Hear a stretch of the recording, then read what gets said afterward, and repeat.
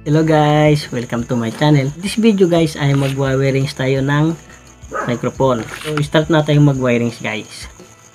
So ayun guys, magwa-wirings na tayo ng microphone. So ang ating kailangan guys ay itong heavy duty na wire.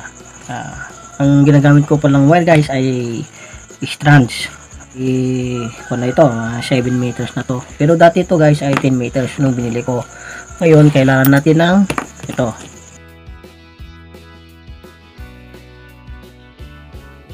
LXR natin.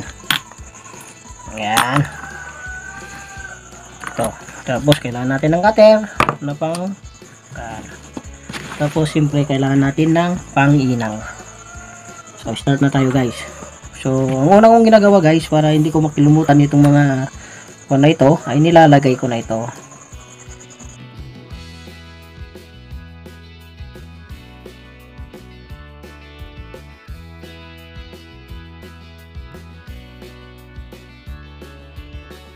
Kung ilalagay ko na ito mga ito guys ay hindi ko na makalimutan yung kanilang takip. Yan.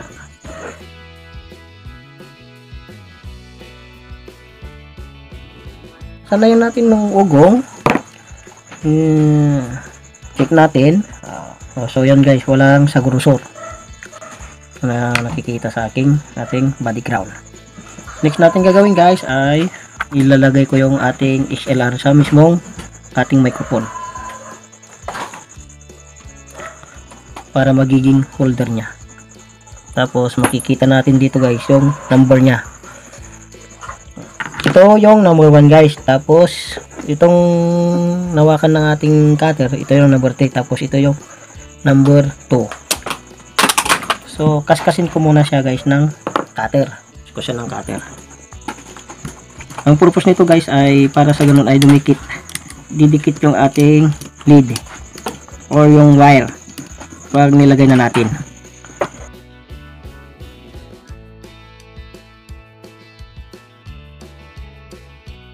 Or itong positive na itong red guys na kulay, ito yung gagawin kong positive.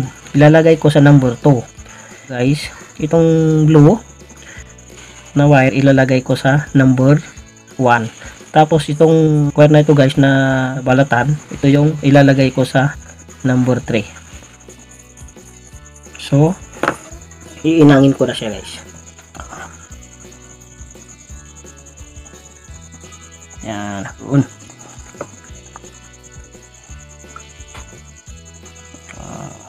Tapos ito rin guys ng ating XLR. Pero ang pag-inang dito guys ay huwag nyong babanan. Luluwag kasi yung kanyang butas pag nasubran natin ng diin or ng maghihinang. Kaya tsan-tsan lang natin guys. Tapos mabilisan lang. Lagyan natin ng inang. Ganun lang guys. Yun. Ganun guys.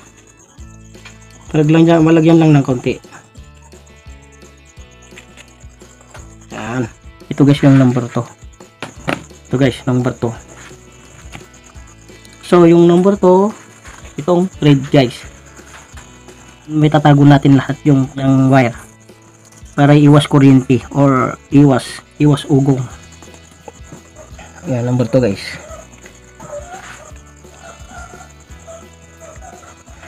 Next na ilalagay ko guys is number 3 guys. So ilagay na natin itong number 3. Kunti lang kasi yung nilagay kanina. Basta guys, number 3 ito guys, number 3.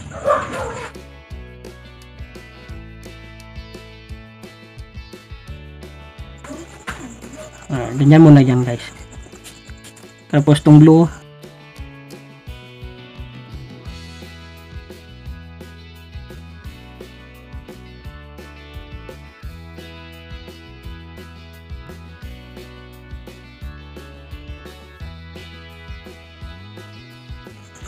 yan guys.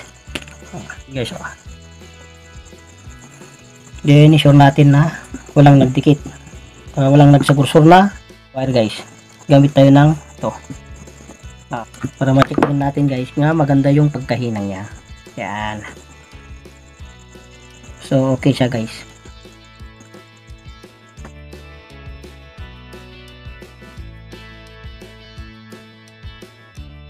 Kita nyo ganyan, yung red, yung red, yung ito yung number 2. Yan. Yun ang ginawa kong positive guys. So, body ground. Yan. Number 3. Yan. Tapos yung number 1. Yung kulay blue. Yan guys. Yung kulay, yung number 1. Yan guys. Yung kulay blue. Okay. Lagyan na natin ito guys. So, ganyan lang guys yung paglagay.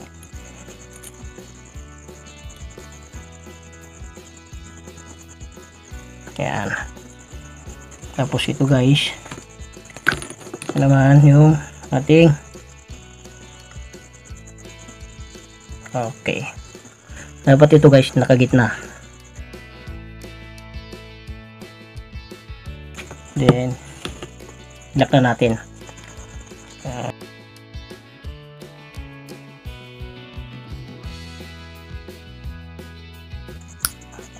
Yun guys. Lagyan natin. Wow.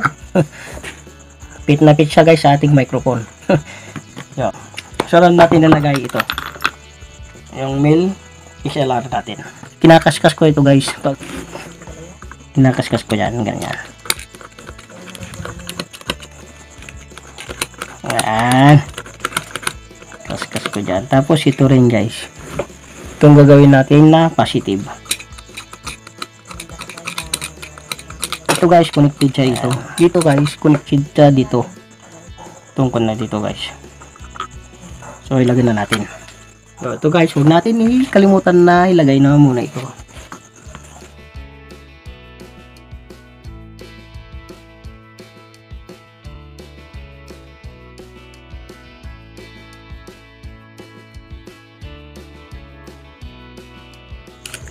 Kasin ko siya guys. Then yung ikon ko na ito guys. Okay.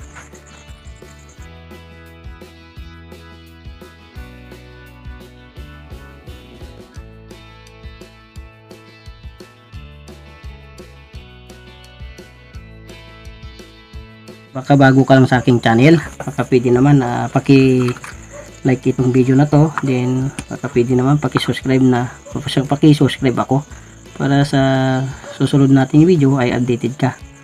Ito naman siya guys, baka mayroong lumikit. Nagsagursor. So wala naman guys. Then itong blue na dyan na to guys ay ididikit ko na dito sa kuhan. Pagdikitin ko na ito guys dito. Yan. Bali ang matitira itong kulay red. Yan guys. Kasi dalawa lang yung connection dito guys. Ito. Tapos dito. Kaya yung number 1 and 3 magkadugtong na sila dito.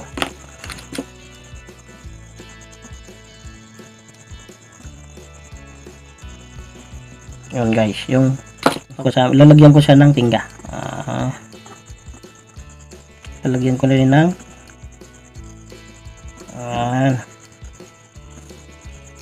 okay. Then so okay yung pagkakuan guys, hindi walang sagursor. Okay, hihinang ko siya.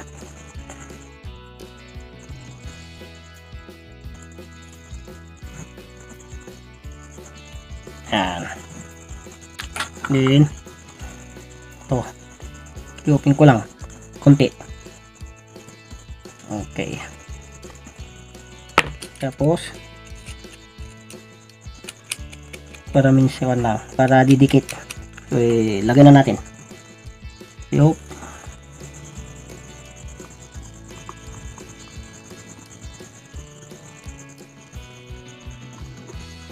Yan. Dapat makinis. Yan, ganyan. Ganyan guys. Makinis natin itong positive. Yan.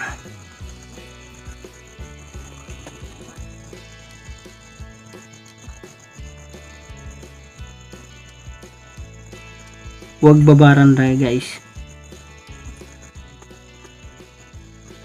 Yan. So yun guys. Yan. Yan guys. Okay na. Okay na yung ating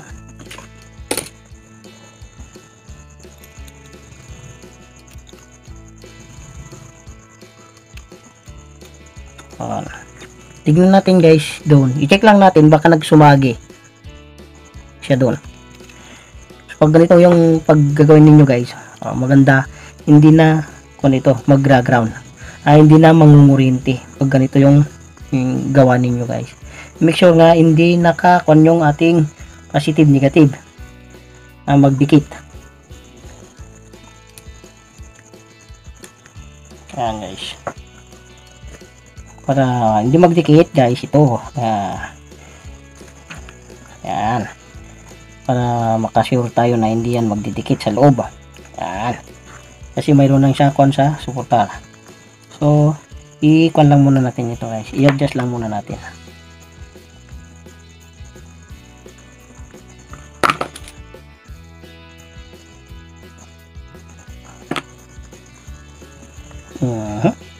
Okay na. Bigay mo na. Yan. Tapos yun guys. Okay. Yun na. Lapat na si dito.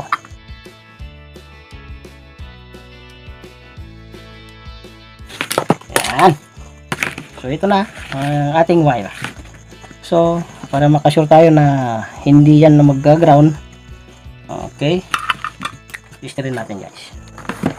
Yan. So sa X1, siyempre X1 continuity check guys. Yan. X1. Okay. Then 1 in 3. Para kasi nakadikit sila dito. Nakadikit na sila dito sa ground. Ayan. So okay yan guys. Ngayon ilipat ko tong ating tester sa number 2. So, dapat guys hindi siya papalo Kung pumalo ito, ibig sabihin grounded yung ating ginawang wirings. Yun guys. Hindi siya gumalaw. So okay. So hindi yan grounded. Ngayon testering ko siya sa ating ito. Number 2. Ito yung ating positive. Yan, lagay ko dito. Tapos ito, sa dulo niya. Mismo yung dulo niya. May pagitan siya dyan guys. Yan. Ito naman yung negative niya. Itong kung dito, guys, na sa dulo, ito yung positive. Kaya yung number 2, yun ang ginawa natin positive kanina dito, yung kulay red. Tapos yung kulay red dito naman, dito natin ilagay. So, i-check natin, testerin natin. Kung nagdikit ito, ibig sabihin good. So, ganyan guys. Good. Last na pag-check natin, ilipat natin yung test probe. Yan, sa number 1. Yan guys, number 1. Dito sa ground niya. Kung pumitik yung pumalo yung tester natin, good yan. Okay, good. So, number 3. Number 3 naman guys. Okay. So, ito. Yan. Ito na yung nagawa natin. Yun guys, yung ating nagawang wire ng microphone. So nilagay na natin yung dalawa. At natesta na natin na ito ay good. So ayun guys, salamat sa panonood. At hanggang sa muli. At kung gusto mo itong video guys, baka pwede naman paki-like and hit naman yung subscribe buttons and hit the notification bell para sa next natin video ay updated ka. Salamat, bye bye.